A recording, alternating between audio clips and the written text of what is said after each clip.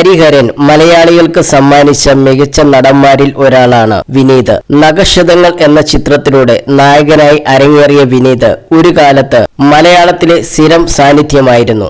മലയാളത്തിന് പുറമെ തമിഴിലും തെലുങ്കിലും നായകനായി തിളങ്ങാൻ വിനീതിന് സാധിച്ചു. നടൻ എന്നതിലും ഉപരി മികച്ച ഡാൻസർ എന്ന നിലയിലും വിനീത് തന്റെ കഴിവ് തെളിയിച്ചിട്ടുണ്ട്. 2010 ശേഷം സിനിമയിൽ അത്ര സജീവമല്ലായിരുന്നു വിനീത്. ലൂസിഫർ എന്ന ചിത്രത്തിലൂടെ ഡബ്ബിങ്ങും തനിക്ക് വഴങ്ങുമെന്ന് തെളിയിച്ചു.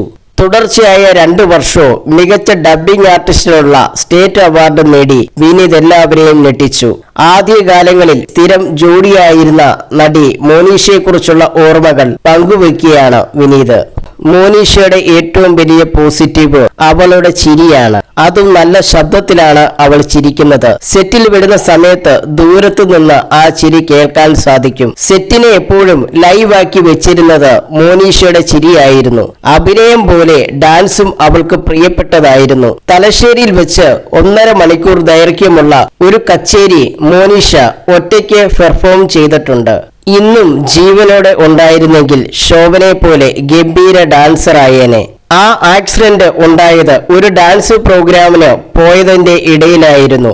ഗുരുവായൂർ ഒരു ഡാൻസ് പ്രോഗ്രാം കഴിഞ്ഞ് തിരിച്ച് മദ്രാസിലേക്ക് പോകാനായിരുന്നു ഉദ്ദേശിച്ചത്. തിരുവനന്തപുരത്തു നിന്നും ഫ്ലൈറ്റിൽ പോകാനായിരുന്നു പ്ലാൻ. അതിനിടയിലായിരുന്നു ആക്സിഡന്റ്. ഇന്നും മോനീഷയെ വല്ലാതെ മിസ് ചെയ്യുന്നു വിനീത് പറയുന്നു.